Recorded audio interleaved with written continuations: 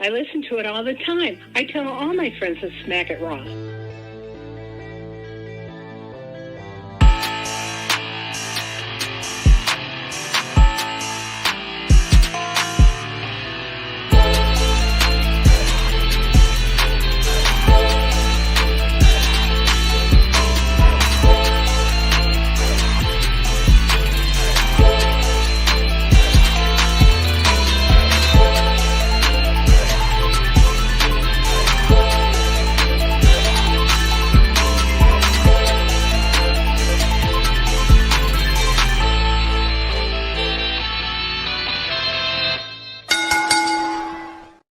Following podcast contains mature content. The views and opinions expressed by the host are not necessarily those of the host. Listener discretion is advised.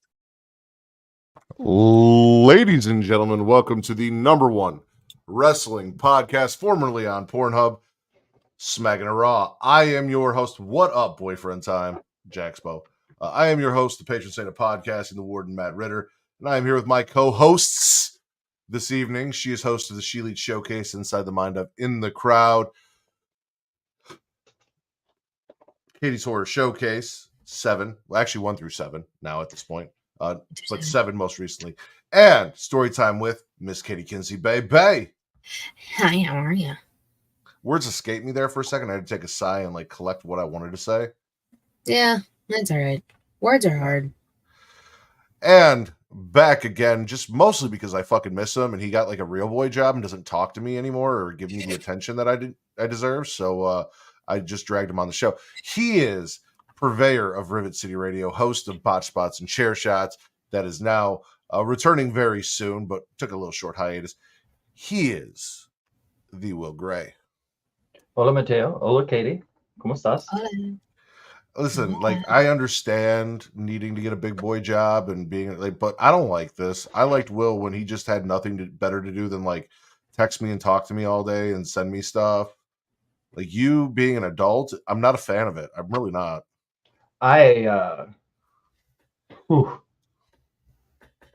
January and February is going to be tough. The food truck will be here the first week of December, and we're doing a cold open in February. So it's going to be cold because it's February. Well, that sort of. It's a fancy restaurant way of saying I'm going to run a dinner service, but only for people that aren't going to bitch online if I fuck it up too bad, like friends and family kind of stuff. But I'll be setting the date for that at some point in February because we'll be rolling in March. When that happens, a lot of my content will be based on starting the new food truck. Botch Spots and Chair Shots, though, still at 7, still on Sundays, coming back on the 6th. Love you guys. It's good to see you. I'm glad you brought that up. We got a little bit of housekeeping news for you guys. Some things to talk about. As you can see, we are sans one Vince Delgado. My boy's a homie hopper. You guys can still catch him at Get Show. No, we love Vince. We really do. The new schedule is not working out for Vince. So we are kind of in talks of figuring out how often Vince will be on. Depending on how things fall, we may still have him as the co-host. Right now, it's seeming more than likely. Unfortunately, on air, he will not be there, but he will still be backstage support if I ever need anything, thumbnail, so on and so forth. He still got me. Again, you guys can always check him over at our boys at the Get Show podcast, which is why I call him a homie hopper, because he went from Smack Raw to Smackin' Raw to Get Show, and I was giving him shit about it. But we'll have to see how things play out. We'll know by the end of October. Speaking of the end of October, we have one more episode in the beginning of October before we take a 2-week break from this show. Katie is dressing up in slutty costumes and picking up men 2 weekends in a row, or women, or both. Maybe not handing out candy. That I know for sure. Yeah, no, it's 2 separate Halloween parties. Only one will be slutty. The other will not. And work is keeping me from probably being here. So, after next week, we will be on a 2-week break, but then we'll be back and better than ever and have a better idea of if it's, if it's just you and me and you and not our friend Steve. I see what you did there. With all of that said, I want to thank everyone who's watching us live, especially if you are watching us at one of the following places like twitch.tv/Creation World, where if you have Amazon Prime and Prime Gaming and a Twitch account, you can link those two things together. Touch those tips. Tip touching. It's the new thing. Like there was scissoring and then there was tip touching. And they're both in AEW. And you can scissor and tip touch, but you can't tip scissor. That doesn't work. That's just regular sex. Anyway. I was about to say, isn't just tip scissor just it's just sex? that's just that's just sex that's just missionary. And anyway, that's not important. What's important is you combine those things and you get a free sub on Twitch. If you do that, you give it to your favorite Twitch streamer. Hopefully it's me and my descriptions of how, things work with genitals. Other than that, it could be Katie over the She League Showcase, where she talks all things women's wrestling reviews, has this awesome little segment, question of the week that she does. She also may sort of be going through changes over there. So keep up with her and how everything goes over there. Or it could be our boy, Will Gray, Rivet City Radio. Talk about it all the time. It's not just botch bots and chair shots. Rivet City Radio has a slew of wrestling content and other content for you guys to check out and do. You guys should follow them. So give one of the three of us or your favorite Twitch streamer that because it costs you nothing. Or youtube.com/Creation World. And it's that famous catchphrase that I stole from Will, so I'm going to do it now. Please like, subscribe, and comment. Will, what does that do? It boosts the algorithm and it helps find new listeners. That is correct. And Katie, why is that important to moi? Because you're a whore. Not like Vince, not like I don't homie hop, but I am a whore for your attention. I am a whore for your likes. I am a whore for your views. I am a whore for all of that. That's why I've done 4 shows in 3 days. I've also done 4 shows in 3 days. And, well, I'm not going to sit here and call you a whore. Because if you did, I'd also leave. I'm a whore, and you have tendencies that match mine. So I'm going to leave it at that. Attention, whores. So, listen, you guys have family, you guys have friends, you guys have people who either probably like nerdy shit like video games and movies and stuff like that. Maybe they really love wrestling. Maybe they're like me and Katie and they're whores for horror. I got my Friday shirt, my new Friday the 13th shirt on too. Ghoul vibes only is what I have. We have all of that over at Creation World. YouTube.com/Creation World. So you guys can go there. You guys can check out those videos. Tell those people in your lives about us so that they watch us. I'm currently backstage fluffing Matthew. You are not currently backstage, you homie hopper, but hi Vince. Nice to see you made it to the chat. All of that being said, like, subscribe, comment, spread us around, boost those views so more people can enjoy us, because the more people that enjoy us, the more attention I get. The more attention I get, the better I am at doing what the fuck I do, and the more entertaining things we can do for you. Also, Katie, what is that thing I like them to do? Flick the bean. Yes, flick the bean for me. Flick that bean, get notified every time we go live, whether it is every Thursday, 6:30 p.m. Central Time, 7:30 Eastern for the Creation Conversation. Now on Fridays, including last night, 9 p.m. Central, 10 p.m. Eastern for Getting Off every other week. And every Saturday, 9 p.m. Central, 10 p.m. Eastern, depending on PLEs. We'll go after the PLE, like next week. For this show, Smackin It Raw. With all that said, it's my favorite time of the show. It's the time where I get to shut the fuck up and let Katie talk.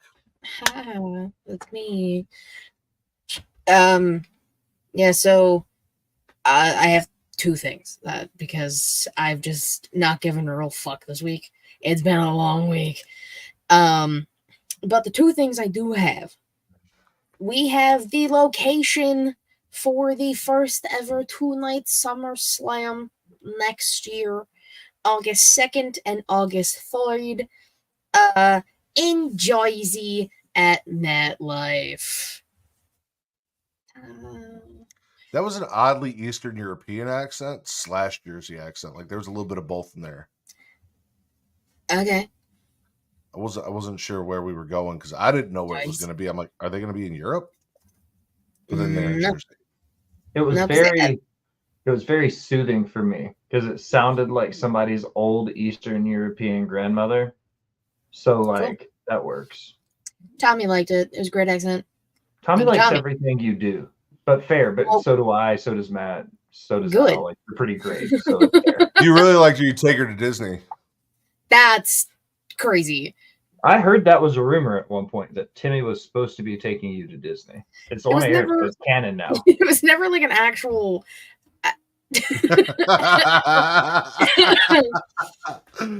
Ay, Dios mío. Put it away. Let me talk. The only other thing that I have, again, because I've just not really given a fuck this week, it has been announced that appearing in Happy Gilmore 2, which will be coming out sometime next year, I assume, possibly, Maxwell Jacob Friedman will be in the movie. Now, will he have a bigger part than he did in Iron Claw? I don't know. Will he be a part of Shooter McGavin's squad? Probably. But, I mean, rumor that I heard was that he was playing one of Happy Gilmore's children. all I really saw was that he was going to be in the movie and didn't really look more into it. So, the couple things I saw said that his role in the movie was kind of hush, but he had quite a bit of screen time according to the script, though. Those were the two big ones that I heard. Also, I need a fourth Hanukkah song featuring Maxwell Jacob Friedman, Adam Sandler, if you're listening. yeah, because Adam Sandler listens to this podcast. Why would he not? because it's Adam fucking Sandler. Well, and he's anyone who's listening who knows Adam Sandler, make sure Adam Sandler listens to this podcast. Tell him I need a fourth fucking Hanukkah song. Listening to this, 7 knows Adam degrees Sandler. Talk to me because I want to meet Adam Sandler. 7 degrees of separation. Somebody listening to this podcast knows somebody who knows somebody who knows fucking Adam Sandler. Who knows Kevin Bacon? Adam Sandler does know Kevin Bacon. I'm fairly certain. I guarantee you Adam Sandler knows Kevin Bacon. That's one of those things. He doesn't eat Kevin Bacon, but he knows him. Oh, he eats bacon. Tommy wants a Hoobie Halloween too. So Tommy also wants. Yeah, hey, you know. I mean, Hoobie Halloween wasn't terrible. I told you yesterday because we talked a little bit Happy Gilmore too because Julie Bowen and all that. That I'm down. I'm excited. Yeah. Happy Gilmore is probably Billy Madison. Happy Gilmore are my personal two favorite Adam Sandler movies. So. I mean, those are definitely like top 5. I don't know. I've always struggled with like how I want to rank them because like The Wedding Singer is really good. I see. I don't fuck with The Wedding Singer because you don't like music. I love Wedding Singer is pretty low on my list as well. But in all seriousness, my favorite Adam Sandler movie doesn't have Adam Sandler in it. What? It was Grandma's Boy. He directed it. Grandma's Boy is great. Okay, that makes sense. Fair enough. All the same people, just no Adam. You ain't cool unless you pee your pants. That's right. Billy Madison is also very close #1 on that list. Yeah, Miss Veronica Vaughn. Want to touch the hiney.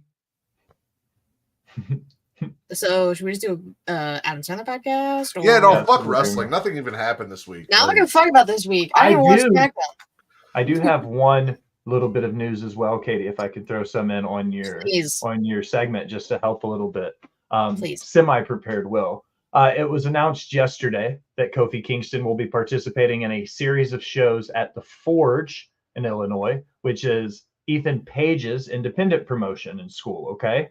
So he's going to be doing a series of showcases there. WWE has also gotten the, what would it be? Not the patent or the copyrights, the trademarks for the WWE Independent Development System, which the rumors stand right now would be the possibility of them opening up little PCs in big markets to help train independent wrestlers in the WWE system.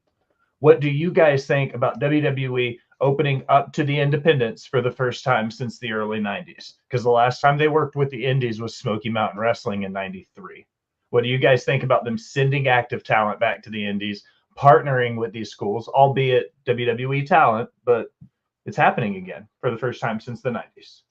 Why not? I think that's dope as fuck. And also Chicago. So, like, yeah, send them my way. Send 'em my way. Yeah, because everything happens in fucking Chicago. It's the second best Greatest wrestling city city in the country, yeah. Okay. Second best wrestling city. Sorry, Matt. Okay. Second best wrestling city. Next to Pittsburgh, exactly. Memphis, Tennessee. I heard Pittsburgh, Pennsylvania. I agree. Kurt Angle. That's all I need. I heard Rosemont, Illinois. Rosemont, Illinois. No, that's a fake Chicago is the best wrestling city next to Rosemont, Illinois. I agree. Boo. No. Chicago would be honestly like Mount Rushmore greatest wrestling cities. Yes, hands down. With Memphis and Atlanta and St. Louis. And Pittsburgh. Pittsburgh would definitely be in the top 5. They would be immediately next. New York is not happy with Will's list right now. I'd take New York completely out of the sanction because in the next 60 to 90 days, VKM he'll get the Benoit treatment. It's coming. It's coming. That reminds me, I stole the last episode to watch. I've only gotten 2 episodes. Such a good watch. If you've seen any of the Dark Side of the Ring stuff, or if you've seen the 9 Lives of Vince McMahon on Vice, you've already seen the Netflix documentary. I have not seen the 9 Lives of Vince on Vice. It was Vice's version of this documentary, to be completely honest. 100%. Mm-hmm. Cool. Yeah. Very, it's worth a watch. Worth a watch for sure. After you watch it, watch the other one. Vice's is like a 3-hour thing. Like set up in 3. So like a 6.5 hour, yeah. Fun. Sorry guys. All right. Boys and girls, I think it's time to get in the weekend wrestling. Actually, I'm glad you had that little tangent because I realized that I randomly just typed something for AEW right at the beginning of my Raw shit, and that's not where it belongs, so I got to fix that while you were talking. Monday Night Raw. Freddie Guerrero and who I'm now dubbing as Chinatown arrive in a lowrider. Chinatown would be Liv Morgan for those who don't know. Okay. Just in time for the choo-choo train to turn Thick Boy Taz into Thick Boy Spam. Chinatown talks shit. She thinks Rhea's knee is worse than Tegan's knees. But Rhea's fully cleared, and Freddie can't save Chinatown at Bad Blood because they're locking him in a cock cage. Ray is a better dad to Dragon Ball Lee than he ever was to Eddie's kid and helps him beat Carlito. And then Thick Boy Taz is supposed to have a match with The Miz, who is continuously being gaslit into a relationship with Karrion Kross.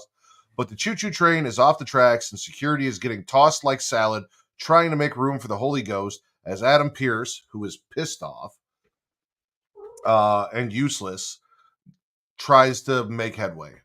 Next week, Last Monster Erect. No. It's close. Last Monster Standing? Yes, no. Okay. If you are standing, you are then what?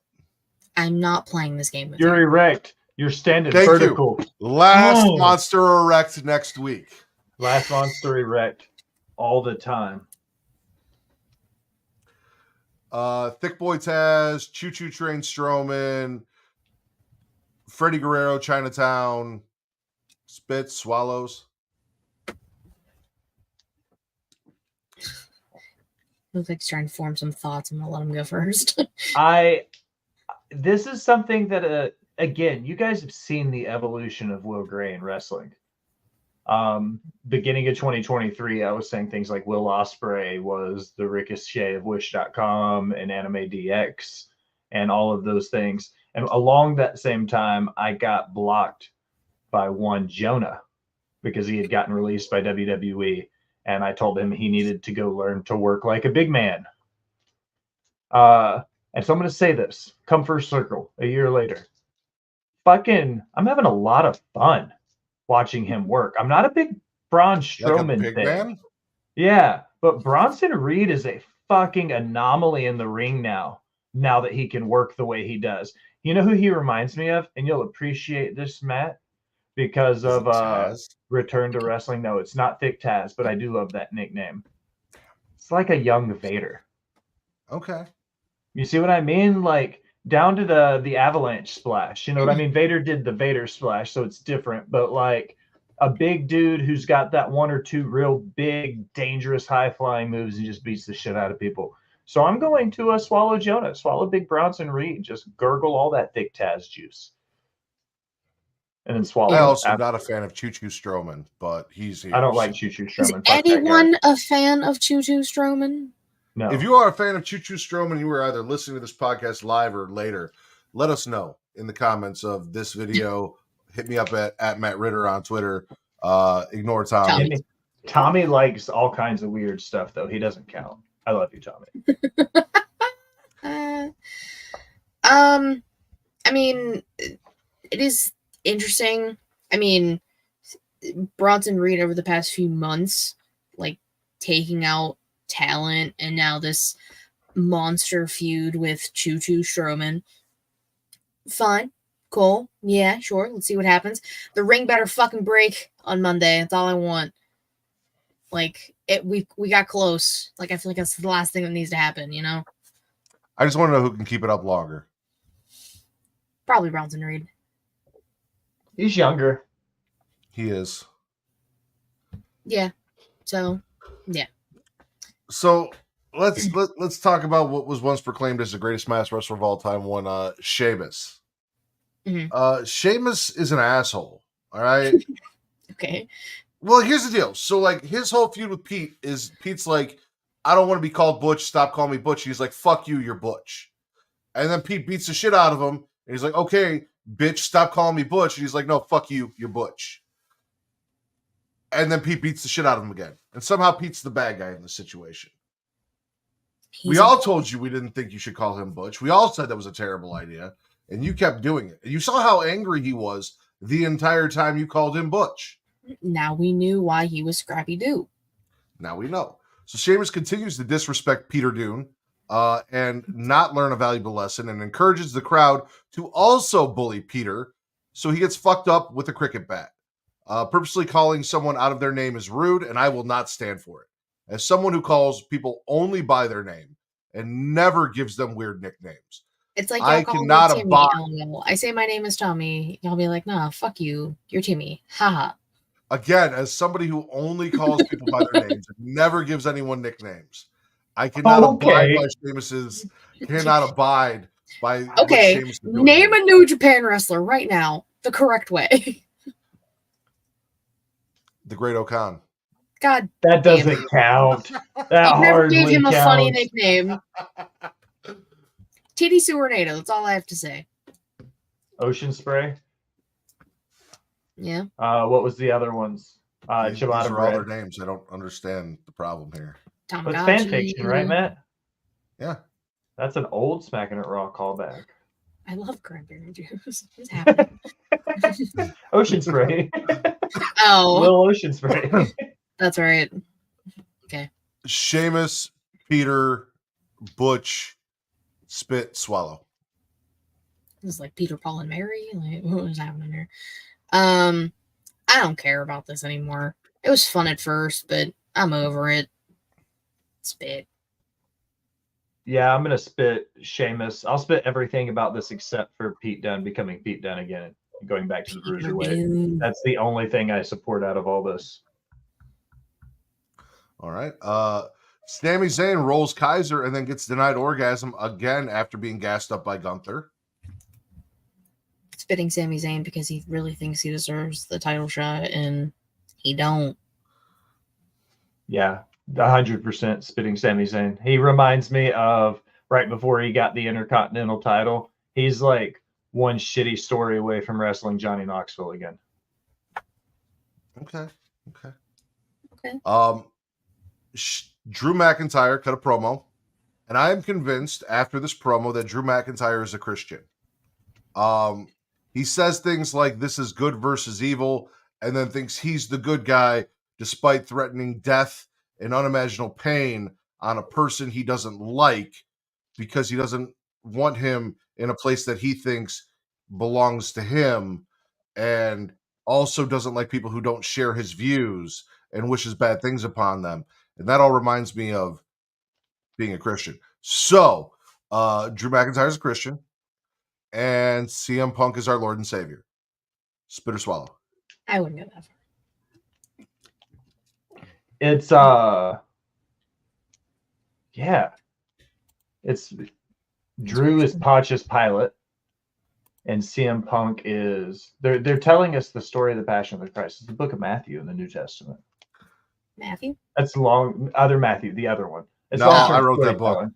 No, I wrote That was you? Oh, okay. See, Yeah, I that was was just me. wrong. I just misunderstood them. David and Goliath? That's a story. That is the story. That's definitely from the same book. I've never read the Bible. I don't know. Me and Philip Jesus Brooks are very close. Get the fuck out of Jesus here. Brooks. That's You're amazing. stupid. That's amazing. All right. For the first time since they made their main roster debut, the internet has lost its shit over what appears to be the Viking Raiders teaser, or possibly War Raiders. Maybe they get their name back. Yeah, I mean, because like is like Runix and someone, because you know the internet's real fast. They figured out that the 3 Runix on there spell out war, and I mean they used to be the War Raiders and War Machine. So like maybe we get that back. Maybe, I mean, both men finally might be healthy again. Shout out! I know Ivar was getting some stem cell stuff a few months ago back in Mexico, so it's all that matters. Like, if they're both healthy and they're both good, hell yeah.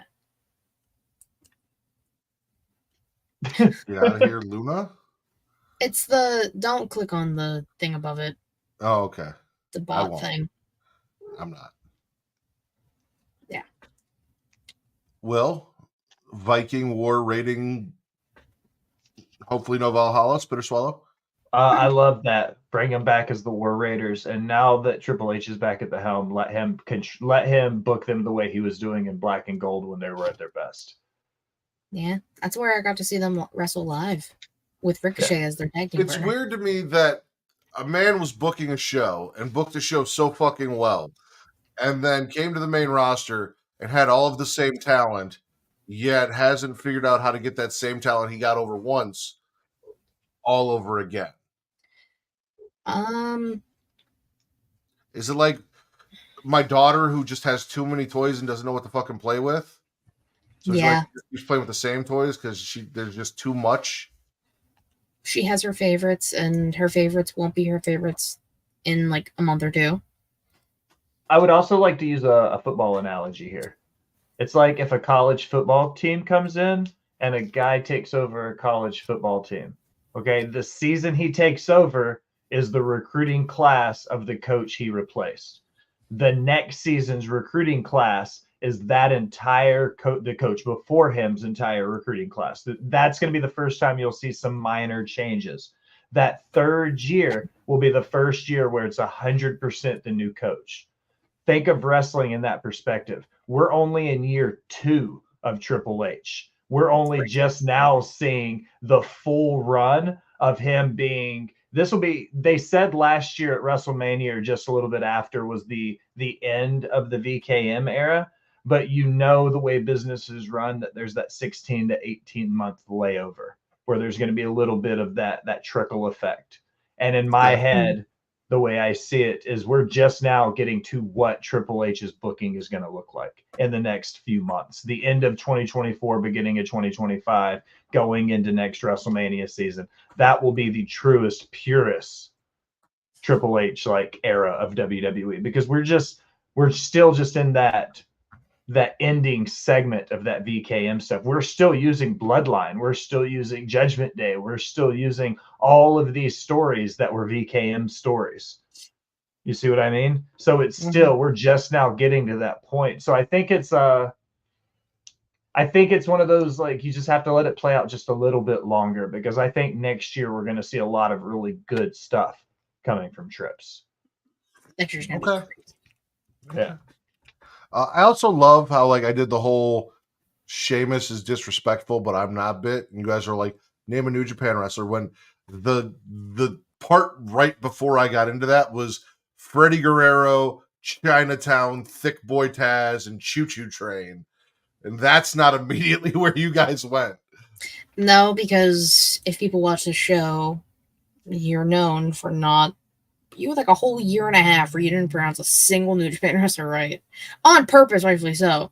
But I loved it. I still actively use some of your nicknames. Hey, listen, I am not responsible for your fan fiction. Fan fiction. IWC. So Drew's a Christian, clearly not Christians. Unholy Union. Go girls on girls with Damage Control. The things I want to do with Isla Dawn are absolutely unholy. Jade and Bianca visit Damage Control before the match. Sky Pirates get the win. Yeah. Girls on girls, spit, swallow. Always swallow.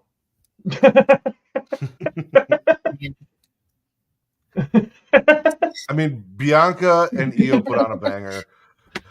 I got admonished for calling them Isla and Friends. So Isla and Alba are a great tag team, the Unholy Union, and the Sky Pirates are the fucking Sky Pirates, and we love them. So. Yeah, I mean, it's fantastic women doing fantastic women things. Team Fire Crotch. He used to also call them that. I did call them that. Called them a lot of things. And now we respect them. Alba and Isla. I have always respected them. Well, now you're respecting Alba's name because I yelled at you last. To be fair, I am not incorrect in saying that they're friends. So by saying Isla and friend, that is not an incorrect statement. They're friends. Speaking of friends, Rhea's friend Jey Uso, or maybe more than friend, finally got a singles nut busted and yeets his way to the IC title, then humps the back of a woman's head after the show to celebrate, while she was holding her child. Honestly, the amount of responses I saw about that saying that I would have turned around. Yep. Yeah. I mean, I get it. Child. I get it. I understand. Jey Uso won finally. I honestly didn't think they were gonna do it. Also, like, what if she was there with like her man, right? Like, what do you do? What do you do if you just turn to the side and there's Jey Uso and he's celebrating, and you look down and you see he is just slamming dick and balls into the back of your wife and or significant other's head, and she does not have a problem with it? Well, I mean, it's probably this. It's in the same vein of you saying you would leave your wife for Shotzi Blackheart in an instant. Listen, why are we bringing up the past? All right, why? I'm why just we live in the saying. present? Why do we have to out me repeatedly? I'm just saying, if the turns have tabled, then we know what would happen.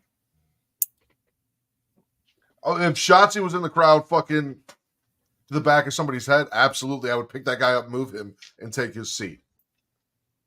Exactly. So, new IC champ, though. Spit or swallow?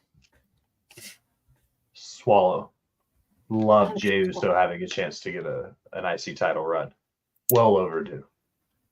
Woohoo! Jey Uso. Can I also just say to like the IWC, those of you who bitched about Roman Reigns' fucking 14-year title run, who are now like, oh, they're just passing the titles around. The title, Gunther spent all that time building that title up to make it important, and now it doesn't mean it. I said it before, and I'll say it again. The titles don't mean anything. They are a prop for a TV show. Yep. The value that the titles hold are the value that you give them. So if you feel like they don't mean anything, then they don't mean anything to you, and that's a fucking you problem. Well said. Yeah. And you're right, Tommy. Brand splits aren't real. We know. And drafts don't matter. I've been saying that for years. It's all anything on Raw wasn't good enough for Ritter. You guys want to talk about?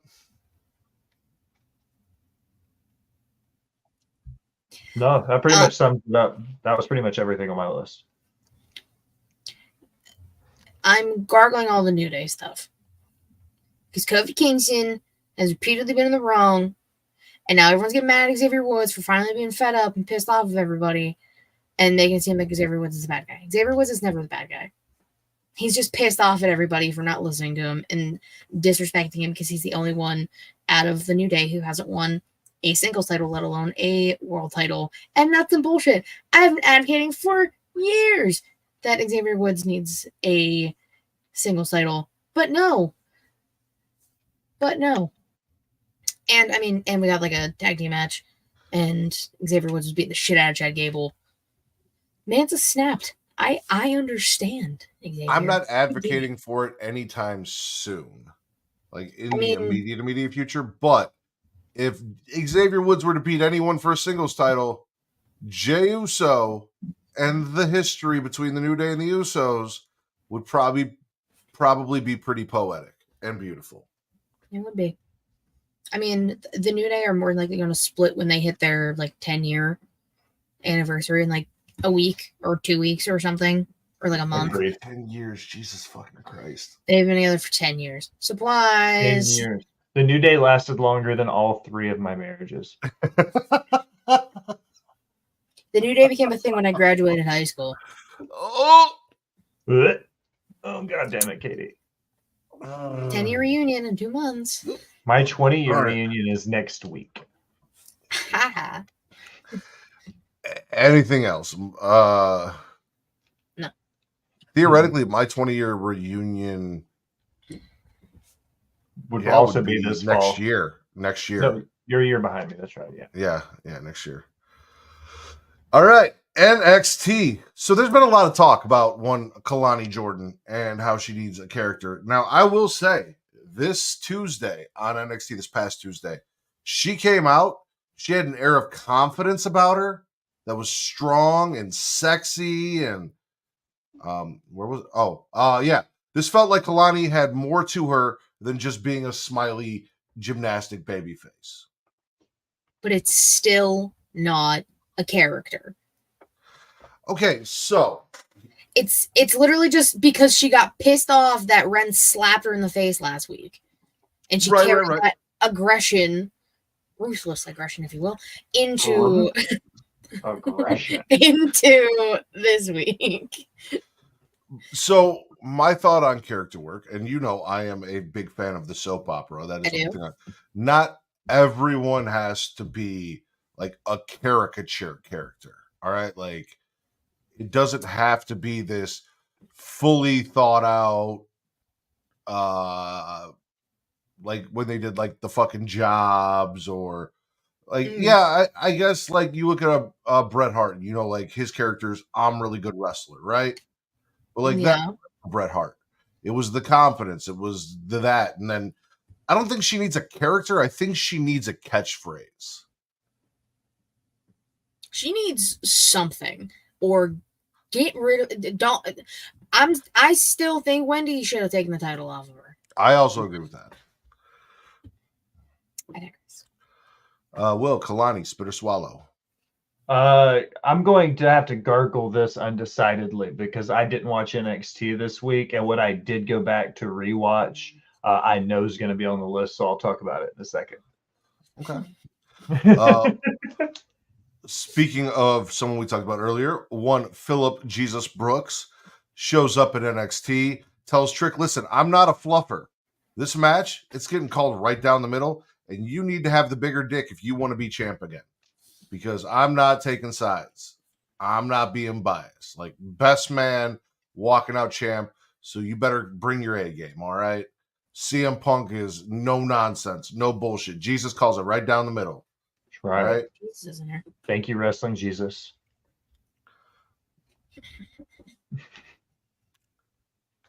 CM Punk, Trick Williams, Ethan Page.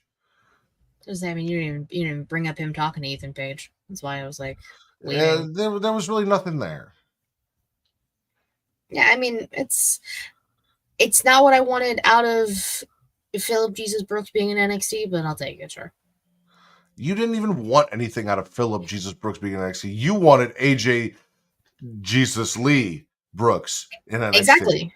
But like he would have been the catalyst to bring her in. So in about 3 years, when Sean moves to the main roster and CM Philip Jesus Brooks When he takes over one. NXT, she'll come in to work his women's division when her WoW contract is up.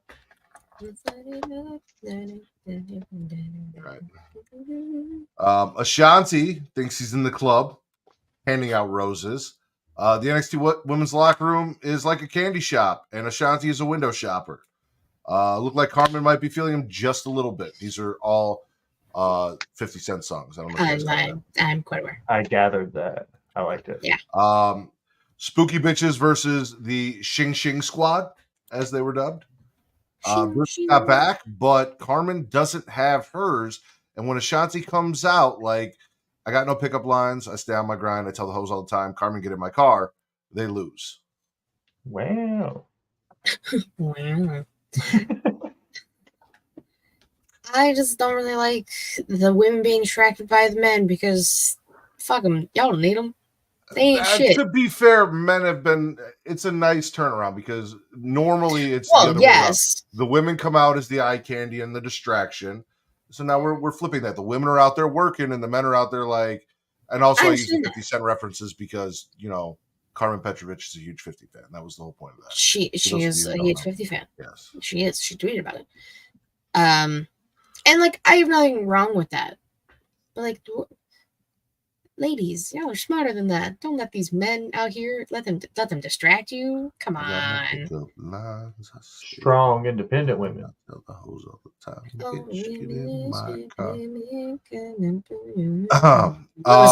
Great. Also, Spooky Bitches. Yeah. Rosemary Wendy Chu versus the Xing Xing Squad.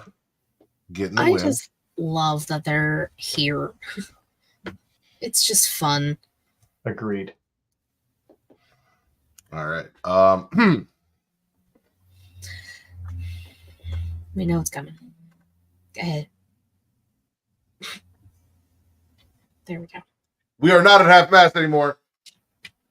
This is specifically for my friends over at Young Kings Wrestling. You're goddamn right that's my Don. We had a training package for Tony D'Angelo. Even The Miz wants a piece of the Don and Oba on the award-winning talk show Miz TV. Oba's overconfident, and I'm telling you right now, Oba Femi is going to lose the North American title to Tony D'Angelo. In 2 weeks. In 2 weeks. In St. Louis. In St. Louis. On the CW. On the CW.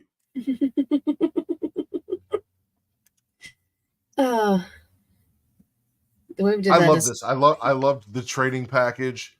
I loved Tony getting his confidence back, ready to go. He even had that dude in there, and they did the little boxing thing with the dude that was about Oba's size, and he took him down, no problem.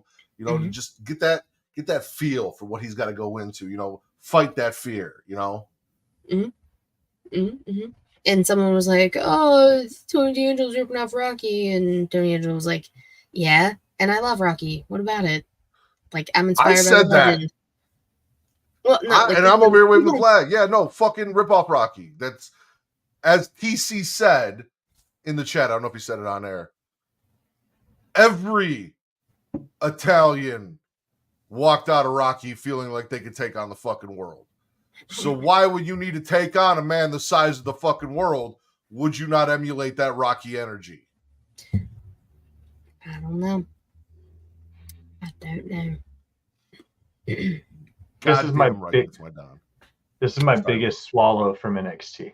This was what I told you. Like, I think Tony D'Angelo, if they took the family, and I'm 90% sure I've said this on this show, take Tony D and the whole family and setting him up in like an APA style speakeasy backstage and make it the same ambiance of what the APA was, but make him run like an underground mafia on the main roster where like people are coming to him to get shit done. You know what I'm talking? Yeah. Make it like the APA. I think that would be a brilliant fucking story on the main roster, plus a cool homage to the Attitude Era because people are jerking their gherkin to that shit right now. So I think put Tony D on the main roster and put him backstage in this like Mafia Don position. So I will infinitely swallow Tony D, and I'll be an honorary Sicilian with my family Matteo up there. Anything he does, I swallow.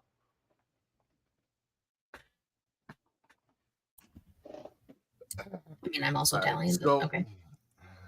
Well, I apologize, Katie. You didn't have the Sicilian flag though, and I wouldn't. I don't have a Sicilian flag. I could get you one and send it to you if you'd like. I like it won't gifts. be from Sicily, but I like gifts. I like Wesley. I don't like Pete Wentz. They pull a Seth and Matt Riddle. Go figure, because Riddle shitty kids. Pete, like his mentor, can't control his emotions and is also no longer with the company, just like his mentor, Matt Riddle. You know, kind of the parallels there. Like, he's an angry little bitch who can't control his emotions and doesn't have a job at WWE anymore, and so is Matt Riddle. They're dropping F-bombs. He leaves the interview. They rush at each other for a fight backstage because he can't be a mature adult and have a conversation. Mm-hmm. Mm-hmm. Well, it's because Gigi got brought up, so... And I'd fight a man for Gigi Dolan. Gigi can handle her own business. I'm pretty sure Gigi can take Wesley. She's not there to defend herself, though. So someone had to defend her. I spit this. I spit it hard. My tweet on Tuesday night was Seth and Riddle crawled so that Matt Shitty Kids could do whatever the fuck that was supposed to be. Verbatim what I tweeted on Tuesday night. I was like, this is exactly what Seth and Riddle did like 18 months ago. Like to the nines. This is exactly not as good because and not nearly as good. I was like, Seth had that killer line. Yeah. No, this was bad. This was not their best showing. This is the first time I would say WWE has had a fumble moment with the NXT TNA crossover. What up, Brocast? Good to see you, Australian brothers. I wouldn't even say like a fumble, but it was a good prelude to NXT being, I believe, TVMA on the CW. So that got pulled back. The CW came out and said that's not true at all. The reports coming out are not true. They're not putting a TVA or TV 14 on there or whatever. Like, no, it'll be TV PG, same as always. That's a waste of an opportunity. Came out and said that. Netflix on Raw will be TVMA, but CW themselves came out and said no, we're not. Why not make them all? Like, that's just dumb. Like, NXT is definitely the one that deserves it. They're the ones that are going on to be on free cable. They've got the hardest, toughest restrictions of any of the programs. I've watched CW shows. I don't disagree with you. I think it's ridiculous, but no, the CW came out and said that was a phony report, and they're not sure where that information came from. I watched all the CW shows. And it's horny teenagers. We're basically getting horny wrestlers in NXT. I feel like it's the same. I've always said that NXT is like high school. And much like a CW TV show, it is 20-somethings playing high schoolers. So NXT fits right the fuck in. It's like teenage Disney, sort of, in a weird way. Yeah. Yeah. Speaking of horny teenagers, two girls that make me feel like one, Lola and Jada, have to team up against Fatal Attraction, but their big egos and even bigger asses get in the way until shit talking starts at the press conference from Fatal Attraction, and now they're on the same page. Fatal influence, but yes. I said what I said, Katie. And I said what I said. My name's better. My name's correct. My name is Will. Damn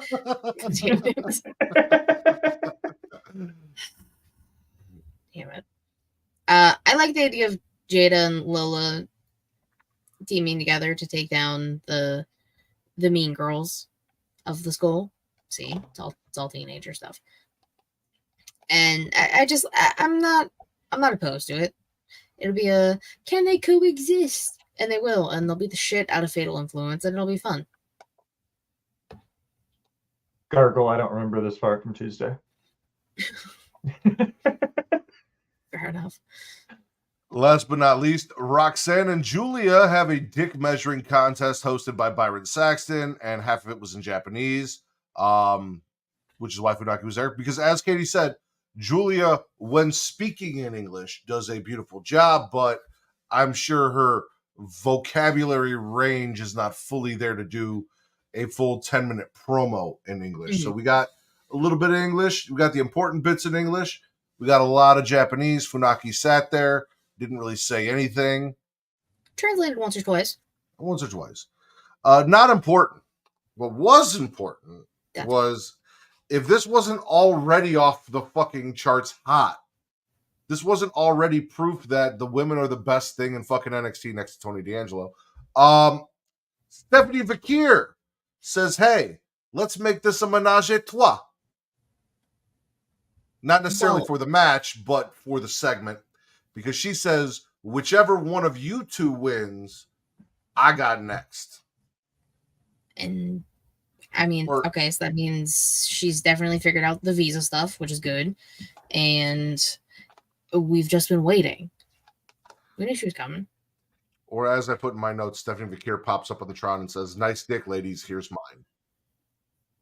I mean... And we still have Delta in the chamber. Like, we still have somebody who's equally as good as Stephanie Vaquer just waiting to debut. Yes, I don't know much about Delta, but I've seen the pictures of the three of them. Yeah, so. It's going to be unreal. Like, this time next year, NXT will have the best women's division in wrestling. Mark my words. They already do. Close. They're working with the best women's division in wrestling, and I've been watching TNA, and I've been hot on the Knockouts division for a long time. Okay, so I was also watching TNA until they told me that my $1 wasn't good enough for them anymore, and Bakley has not hooked me back up. You literally just need to message him again. I don't know why you're just waiting for him to do it. Just message him again and be like, please. Because I forget about it when he messages me. Because okay, so hold on. Bakley messages me mostly with New Japan shit. So like he messaged me, I think it was this morning, and he let me know that. Well, first he sent me stuff about Mina and Tony hanging out in Stardom and like smushing Azumi. Mm-hmm. I think that's how you say her name. AZM. I guess they pronounce Azumi. You're 100% correct. Smushing her head between their buttocks, which made me extremely jealous. And also like Tony coming in, doing the presser, and everything went to black and white. Yeah. I think Will sounds fine. But then I was also told that the one great Okan is getting his title shot imminently. Of course. And supposedly if he wins, he'll lose right to Zack Sabre Jr., but he deserves to win anyway, and he should be champion, even if it's only for 2 weeks. I don't give a fuck. Put that belt on the great motherfucking Okan. Okay. Sunday. But yeah, no, because of that, I forgot. I forgot to be like, hey, where's your shit? Anyway, I watched right now. We got a show to do. All right. Remind me after the show. I've been watching. They have Jordan Grace. I will give them that. They have Jordan Grace. Masha Slamovich, I haven't seen much of. Tasha Steelz, in the time period that I watched, I have not seen much of.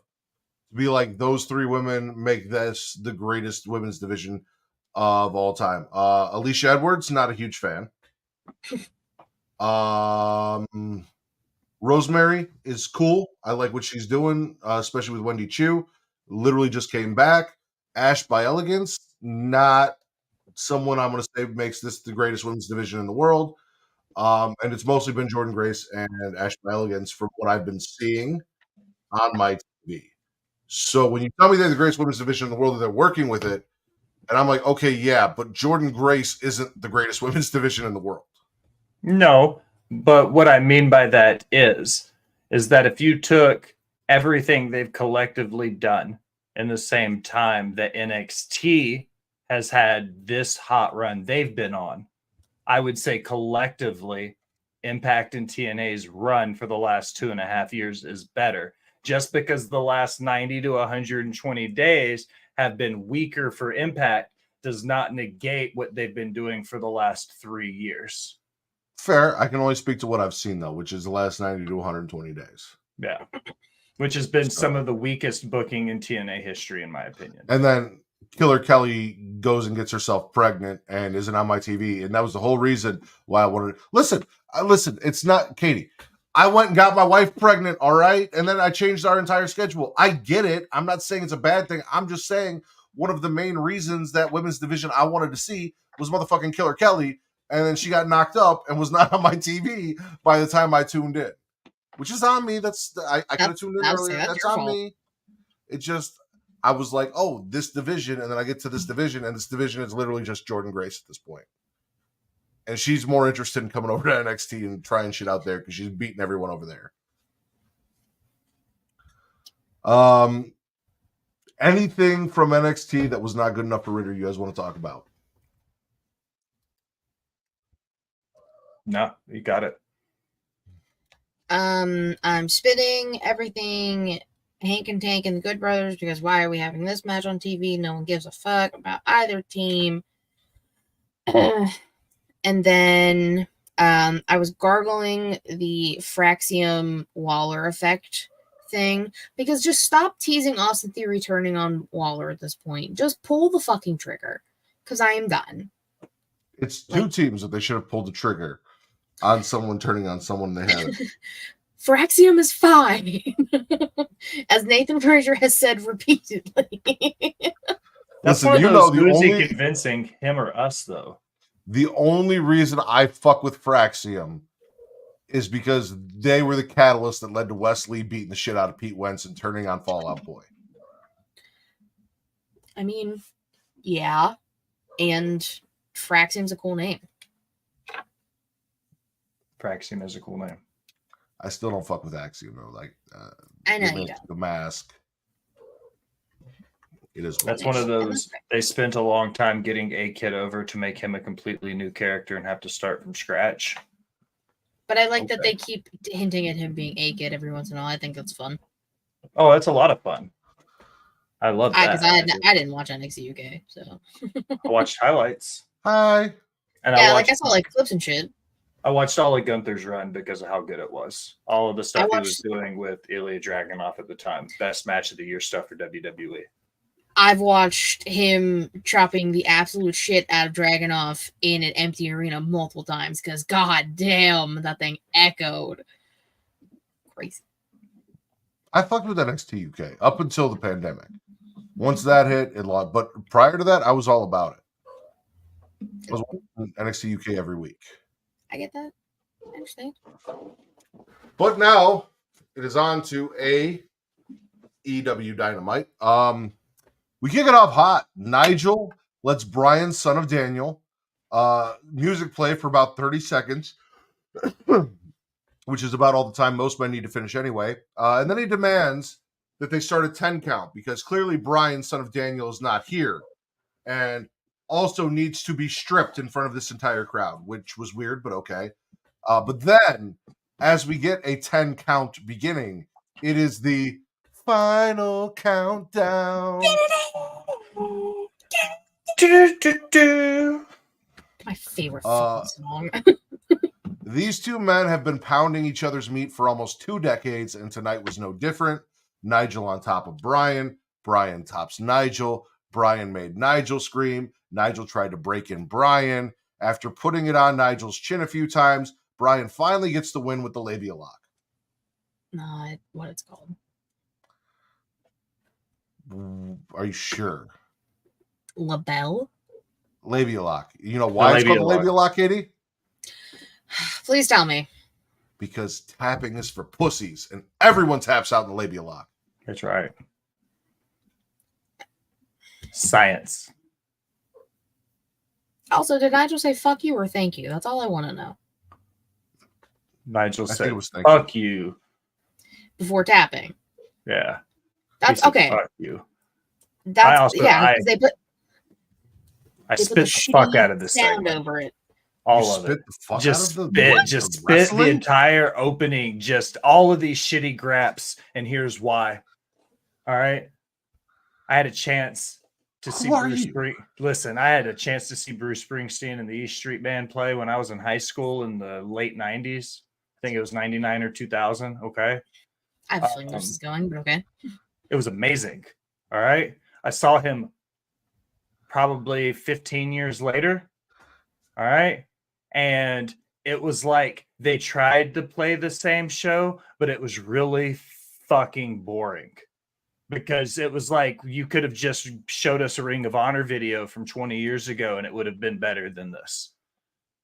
I don't think, one, it's safe for Nigel. I think your screen begs to differ. I don't think it's safe for Nigel to be working. I don't think. Wait, do that again. Right there. Final countdown. There we go. Yeah, no, I spit the final countdown. I love Bryan Danielson. I loved Nigel McGuinness.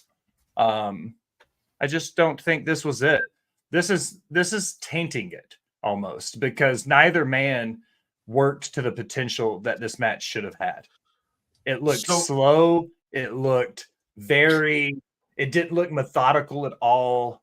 Like, I'm sorry, it just wasn't it for me. I just did not enjoy Danielson and Nigel McGuinness. It wasn't the same as it was in 2014 or 2010 or 05 or whatever the fuck it was.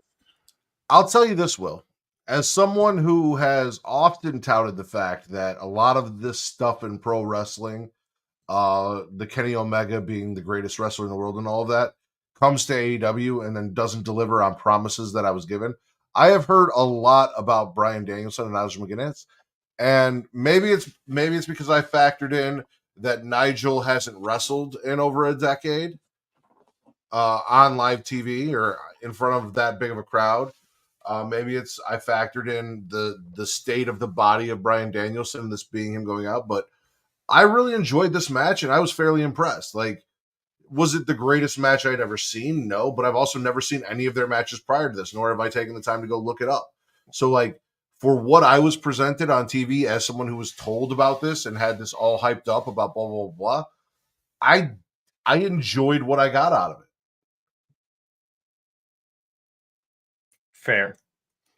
What I didn't enjoy was Christian Cage cock teasing us and Kip Sabian orgasm denying us just as he is about to sign his consent form or his lack of consent form. Lack of consent form by stealing the pen and running away. Yeah, that was a little weird, and like I understand like they're doing this weird thing with Kip Sabian because Kip Sabian's dad's also. They always do weird things with Kip Sabian. I mean, that's also true. He was wearing a bag for a while. Yeah. Or was it a bag or was it a box? It was a box. Yeah, box. He was the man in the box. We sang that multiple times. In a box. Yes. You know, I liked the match. I think it was a good swan song for Nigel because he definitely should just be done after this. I mean, he did say he wanted one more match with Bryan, so I get it. And Bryan was almost murdered on a pay-per-view like 2 weeks ago, so I also understand that. Father Christian did not get his title opportunity yet. It'll happen at a random point in time. Yeah.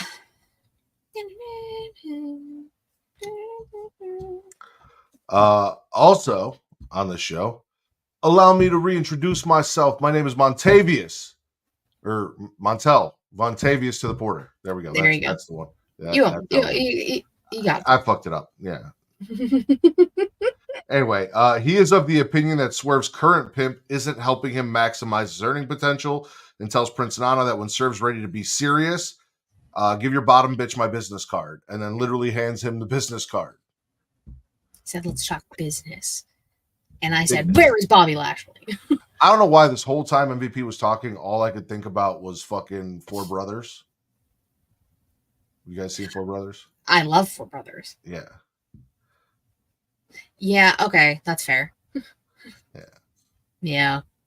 Oh, that's such a good movie. It is. I love it. I love MVP just randomly showing up in AEW, being like, give me Swerve, because fuck it. In Big Bob's and the Prowl somewhere. I know. I have a tweet in my drafts ready for when Bobby Lashley shows up, because I love Big Bob. And, I mean,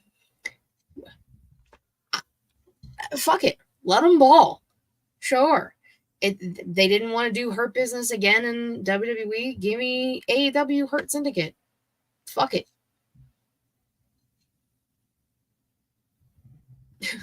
You're muted, Will. You're muted. I can get behind that. I think that MVP, once he gets his footing in AEW, not that it was a bad promo, but it was like not giving him any music kind of affected it. I feel like there should have been some way for him to get a little bit better of a pop. And quoting Jay-Z seemed a little weird. Well, Given the time. Yeah. Like, but like, so I said 4 brothers, right? Yeah. Let MVP be Victor Sweet of AEW, right? Like, just let him sit down and suggest that people send their wives and their girlfriends over him to learn a few tricks. Let him, hire some guns to help out Swerve, and then be like, what the fuck do we get out of town shooters for? So they get the fuck back out of town? Like, what the fuck do we get people from outside of the company for? So they get the fuck back out of the company and the heat doesn't come back? Like, give me Victor Sweet as MVP. Just running shit from behind the scenes. I like that. Please. Mariah May defeated Yuka Sakazaki and then decides you can need the spanking, but Willa isn't letting anyone get spanked. Mina makes her triumphant return. We do not get the celebration I was promised yet. She caused a distraction accidentally, so Mariah can hit it from the back with Willow and seems conflicted while also wrapping her legs around Mariah. And I can't blame her, because given the opportunity, I would also be conflicted, but probably do the same. I mean, and Tony and Mina were buddy and Stardom backstage. Tony did not like Mariah being mentioned, rightfully so. And Mina's just like stuck in the middle of these two lovely ladies. I wish I could be the same. I was about to say it. I was going to say the same thing. Don't worry, I'll say it. Guys. I got it. And I mean, Mariah and Yuka was also a fantastic match. Like, let's not call spade a spade here. Like, I like Yuka. I feel like a lot of people don't. I like Yuka. She's cute. She can go. It was also the only women's match I got because fuck Tony Khan. Variety is the spice of life. Agreed. Yuka brings variety to that division. Yeah, because like she was like, God, I wouldn't say like a big player, but I remember her being around a lot back when I was on Smackin It Raw. So, Well, and we talk about the greatest women's division in the world, right? And there are people that will argue that it's AEW. They're wrong. I will say, diversity-wise, when you look at Willow, when you look at Chris Statlander, when you look at Mercedes Moné, when you look at a Yuka Sakazaki or a Riho, a Nyla Rose, when it comes to diversity in their women's division, they win. AEW's got it on lock. 90% of NXT's roster are blonde white women. Yeah. No. 100% of TNA's division is Jordan Grace, at least from the last 90 days. That's crazy. That's true. They have Rosemary. Natasha. Yeah. Well, she wasn't on my TV in the last 90 to 120 days, so maybe one time. I think I got one Tasha Steelz match. I want Tasha on NXT because I think she'd go crazy. I second that. Tasha Steelz in NXT would be amazing. Yes. We also, I mean, to be fair, like that was a joke, but we have Lola Vice, we have Jada Parker, we have Lash Legend, we have Jakara. There is diversity over there too. It's just there are a lot of blonde white women over there as well. Roxanne. Speaking Cora, of, well, she's not Stephanie, blonde. Julia.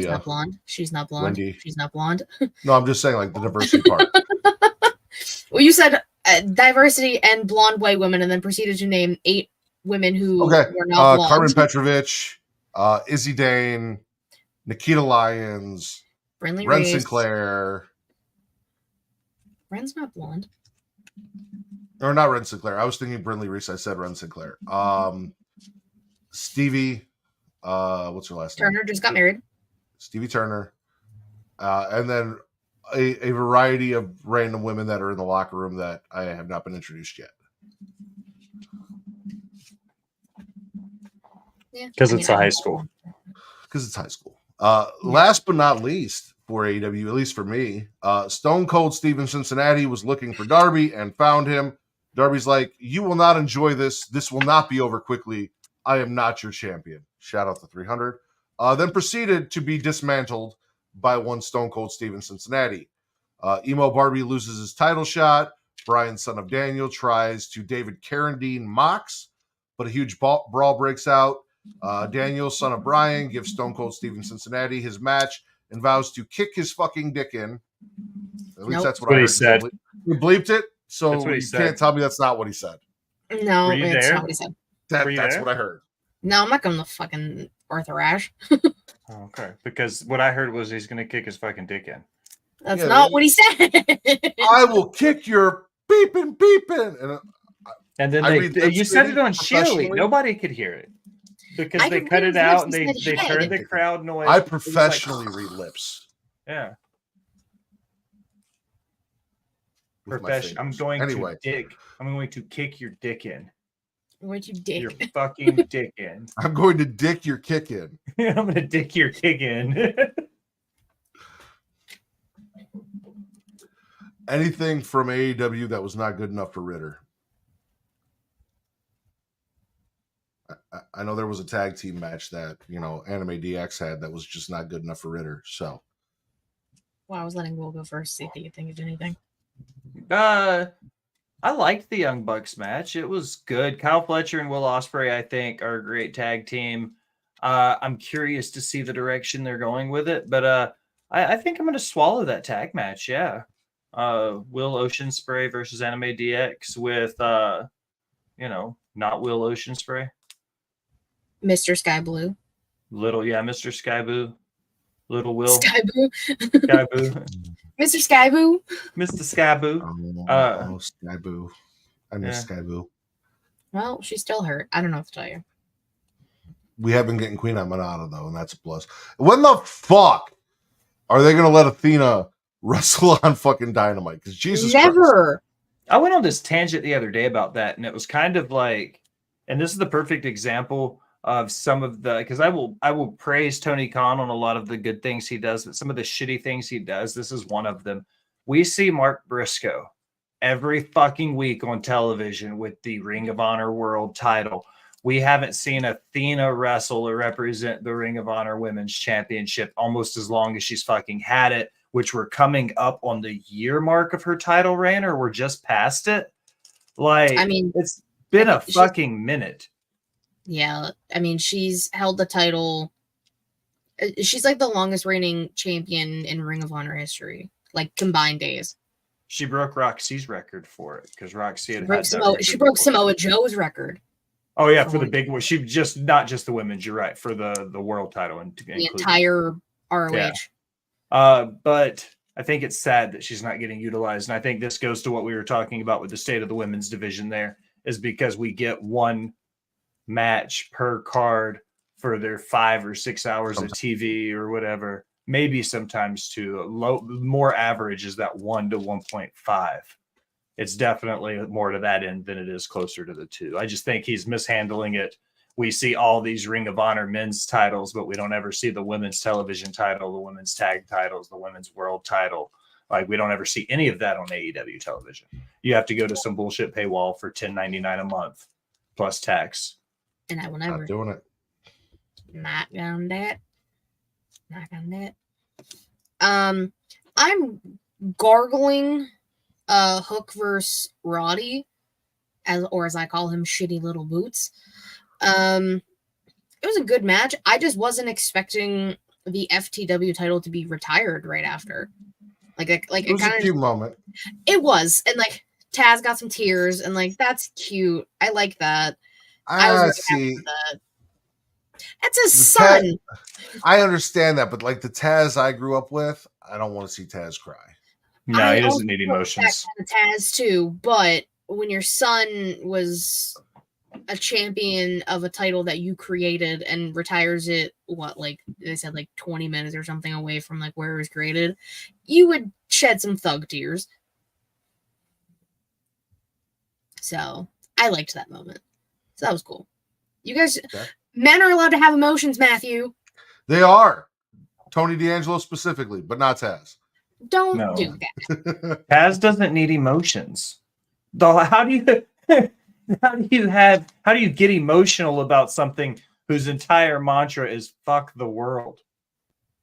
Like, Because I'm so emotional. it's Fuck fun. the world. Like, it goes against. That is the most like unpunk rock shit you could do for a fuck the world mentality. Is to be like, I'm so emotional that the family got the title back. Like, we don't need that in wrestling. We don't need emotions in wrestling. Just grabs. That's a fucking lie. But not like Bryan Danielson and Nigel grabs, other types. Can't be picky about your grabs. All of them. You picky about your graps, Will. You guys got anything else? That's all I have. No. I'm really enjoying Anime DX playing the authority figure. I love mathematics wearing more and more pearls every week. And hair and shit all over the Oh, place. yeah, his hair this week too. I like Anime DX, but I didn't like the Nigel Bryan Danielson match. What the fuck is wrong with me? For you? That's not Will Gray. Yeah, that's not Will Gray. Over on SmackDown, Randy lets us know like there's not a lot of people in wrestling that he trusts, but his work wife Cody is definitely one of the people he knows he can trust. However, he's a little suspicious of why Cody is cheating on him with Jason Momoa. Cody said Roman hasn't lied yet. Why would he lie now? Randy's like, all right, I'll give you that. And Cody's like, so the bloodline needs to be finished and we're going to do it. And he's like, okay, go ahead. KO's like, whoa, hey. And before he even gets to talk, before he can even open his mouth, Bloodline Solos version comes out, says that Randy and KO have erectile dysfunction. They can't get it up against the bloodline. And that's why Cody needs Roman, because these two, they're pretty much useless. KO wants to be tag team tonight. And Cody's like, hey, that sounds like fun. Can I get in on that? You know, a little bit of 6-person tag. KO's like, no, you just chill the fuck out. All right. Like, you got your tag. You're going to get tag teamed at Bad Blood. All right. Let us get tag teamed tonight. You can get tag teamed at Bad Blood. We want Solo and Jacob. Randy's like, fuck yeah. Fuck yeah, we do. Let's get tag teamed. Cody comes out for the match, despite KO saying, don't come out for the match. But Randy being like, he's just being a little pissy. Listen, like, if things happen, you should probably come out for the match. Like, please don't leave us high and dry just because he's a little pissy. And KO then continued to be pissy once Cody came out because they also still lost. Yeah. Hello. Will is muted again. Hola. I love KO. I love Randy Orton. I'm medium on Cody Rhodes. Cody Rhodes. We love Cody Rhodes around here. Cody Rhodes. Cody Rhodes it's cool. I mean, I don't yuck any yums. It's just not my flavor of Kool-Aid. I think. What's my flavor of Kool-Aid? One where the person holding the title that I give relevance to in my head because they don't mean anything, where his stories are the biggest stories in the company. And I feel like right now, Cody is a character in the biggest story in the company, while coincidentally holding the company's biggest title. And I think I really thought he was going to say a flavor, and I am a little disappointed.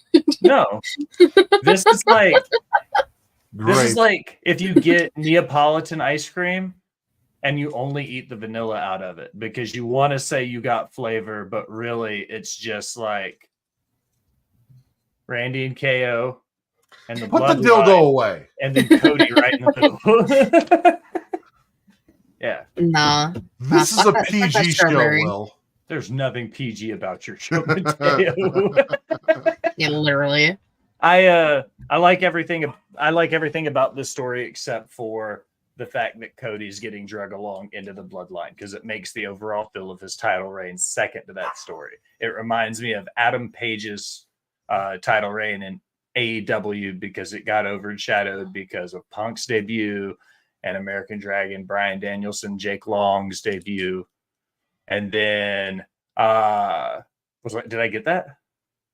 All American Nightmare Dragon, Jake Long, Bryan Danielson. Yes. Got it almost there. I almost nailed it. But that's my point. You're getting it. You're getting is that Cody is falling into this same routine as Adam Page did, where everything seems bigger than what he's doing with the belt. Everything's bigger in Texas. Yeah.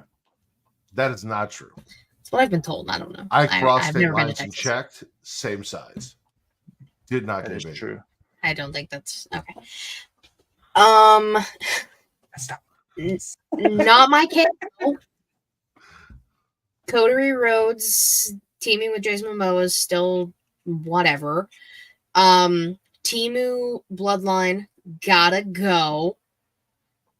And Randy Orton is still a beautiful man. I didn't watch SmackDown, so I'm kind of just like making up shit as I go. I had it recorded. I didn't want to watch it today, if I'm gonna be honest. Okay. You did catch the end. You listened to me. Listen to the end. Yeah, and see, now that you said Cody was on commentary, that makes a whole lot of sense because I was like, I hear Michael and I hear Corey. Who is that third person on? I thought it was Pat McAfee, and I got very confused. Yeah, Cody. Well, I know that now. Cody. Things that Katie missed. Nia decides to test Tiffany's kinks, and we find out Tiffany is not a fan of choking. It's not for her. Gonna be me. Mino thinks she likes it. Also decided to go rub some shit in Naomi's face because BBL Bailey hugged Naomi to a loss. Naomi threw ass. Bailey gets the win and the title shot. The crowd loved it. I loved it. Naomi's in the back. Tiffany's like, ha, you lost. And she's like, you know what made me feel a lot better? Fucking you up next week. Tiffany's like, oh, shit. That didn't go as planned. I saw Naomi's Uno gear. Shout out. Loved it. Bailey and Naomi. Not surprised they put on a hell of a good match because it's two fantastic women.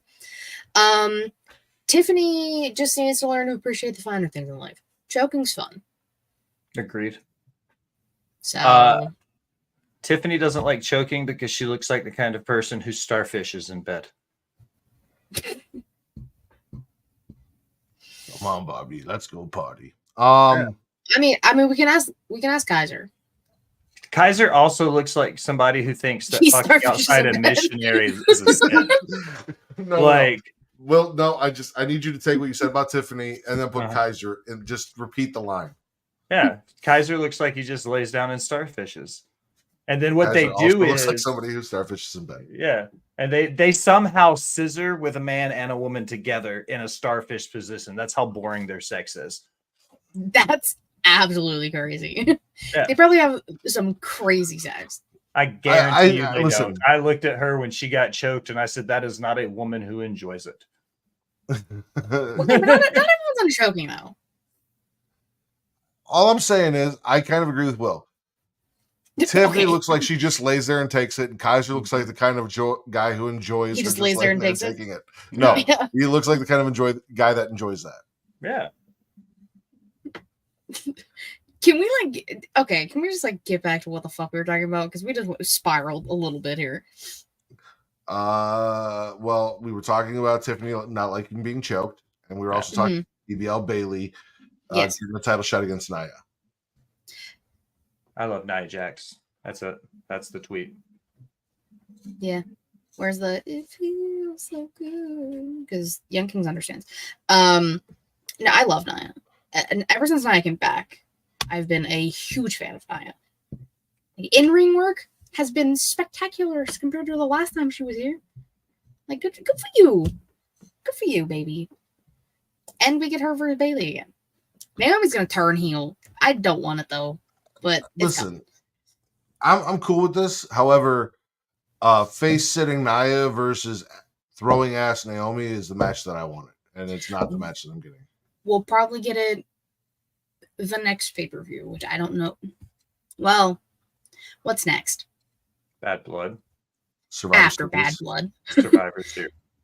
Oh, so I might still get it at Survivor Series. I have no idea what we're doing for the Women's Survivor Series match right now. The Women's War Games match. None. No idea. I had an awesome theory about what I want just as like a War Games match. I want Timu Judgment Day versus Terror Twins, Jey Uso, and Dragunov, but they need another person. Or we can just get rid of Carlito. Fair. I want that match in cages. It's weird to me that the Survivor Series 5-on-5 elimination match hasn't become a tables elimination match, because like the one thing you do at Thanksgiving is sit down at the table with family. Fair Or play. friends. They've Or friends never that you feel done like a- family. More Thanksgiving themed matches. Well, they do, but they do them on like SmackDown and shit, where it's like the Thanksgiving Pilgrims Brawl. It's always on SmackDown because Thanksgiving is always on a Thursday. The internet recently remembered that AJ Styles was a thing and said, hey, where the fuck has he been? And why isn't he on my TV? And then we got an announcement that AJ Styles is coming back home next week. Alan. Cool. for Okay. things and stuff. Sure. We'll I see mean, why. sure. Okay. Cool. Last but not least for me, not only does Carmelo Hayes preemptively stop LA Knight from saying any more fucked up shit and running up his charges, he tops Andrade to tie the series up 3-3 after LA Knight, who he knocked out, comes out to get revenge, causes the distraction, and then also we get some issues between him and Andrade. And this time he's like, listen, I'm sorry I had said some borderline racist shit, and sticks his hand out to Andrade, who's like, nah, fuck you, and does not shake his hand. And then he looks hurt. And it's like, well, you kind of did that to yourself. Well, you definitely did it to yourself, my guy. Called Just give somebody me, a hero. just give me a triple threat, because like this is what it's leading to. Just give me the triple threat and give it to Mello. We still have to get the best of 7. We are 3-3. I understand that. Give me that first, and then fuck it, we ball Survivor Series triple threat.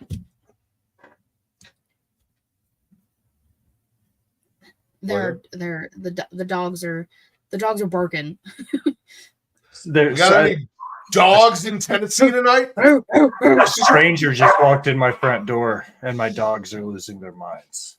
Just let strangers in your strangers? house? All the time. Well, I mean, Yeah, it's a stranger. What segment are we on? I apologize. that's Carmelo Chris. Hayes, Yeah, that's a stranger. match 6 of 7, Hayes and Andrade. I love what they're doing with this best of 7. I'm sorry. It's okay. Braun Breaker needs to chill the fuck out in Tennessee. No doubt. I think that this is a good callback to there were some great best of 7s in the past. This wasn't dubbed a best of 7, but I think giving these two guys something like this shows that you can have a meaningful set of matches without a title needing to be involved.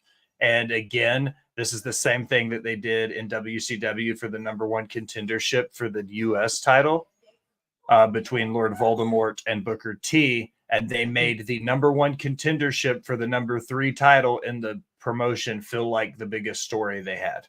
And not to say that this is the biggest story they have, but they've done a good job of making this #1 contendership best of 7 mean something. And I love that. I mean, I said it was best of 7 after match 2, and everyone told me, "Oh, wait until it's officially said it's a best of 7." Yeah, it was you. And look who was right the whole fucking time. This Hey, guy I have right always here. Me. said that I have no problem admitting when I was wrong. And technically I wasn't wrong. I just told you to wait. But you were right. Katie, you were correct. I wasn't wrong, but you were right. That's not how this works. I didn't say it wasn't a best of 7. If I had said it's not a best of 7, I would have been wrong. What I said was, let's wait and see if they actually do it. We wait and saw, and they did it. And you were right from the go. But Because I I'm wasn't a wrong. genius. Concur.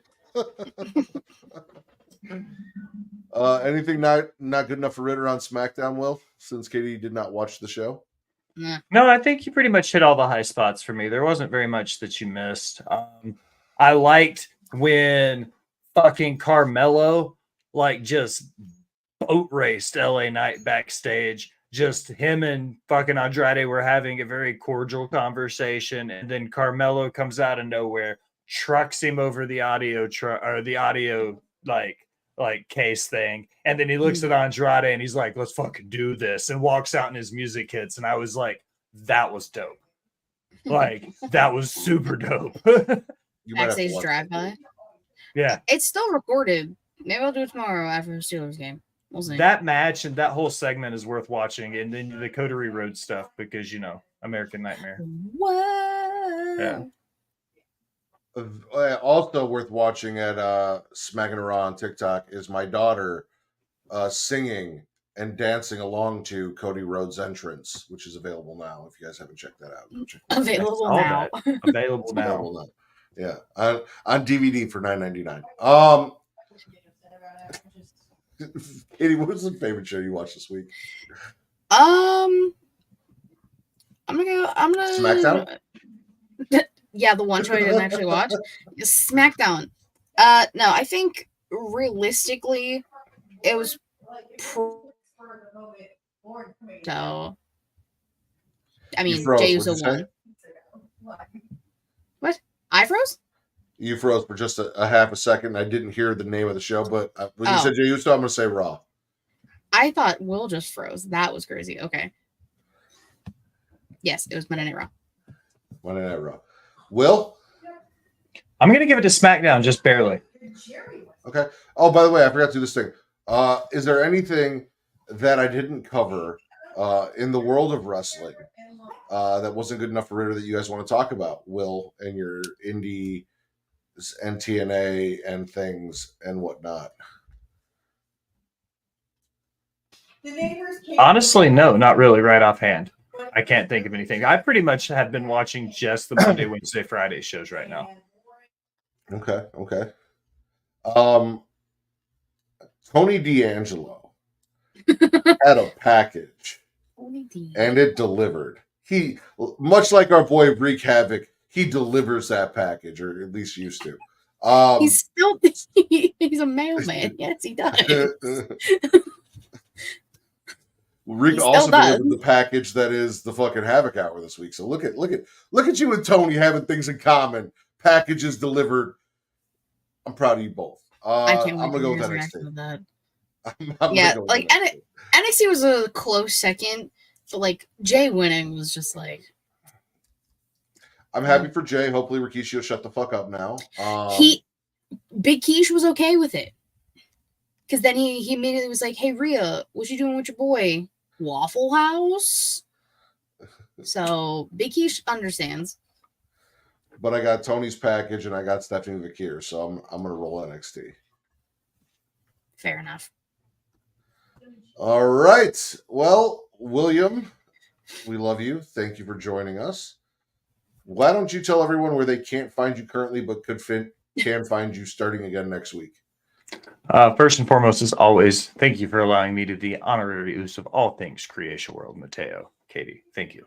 If you're interested in my shenanigans elsewhere, you can find my link tree at the Will Gray. You'll find everything I do for Botch Pots and Share Shots, Rivet City Radio, Off the Top Media, and my writing profile for Last Word on Sports.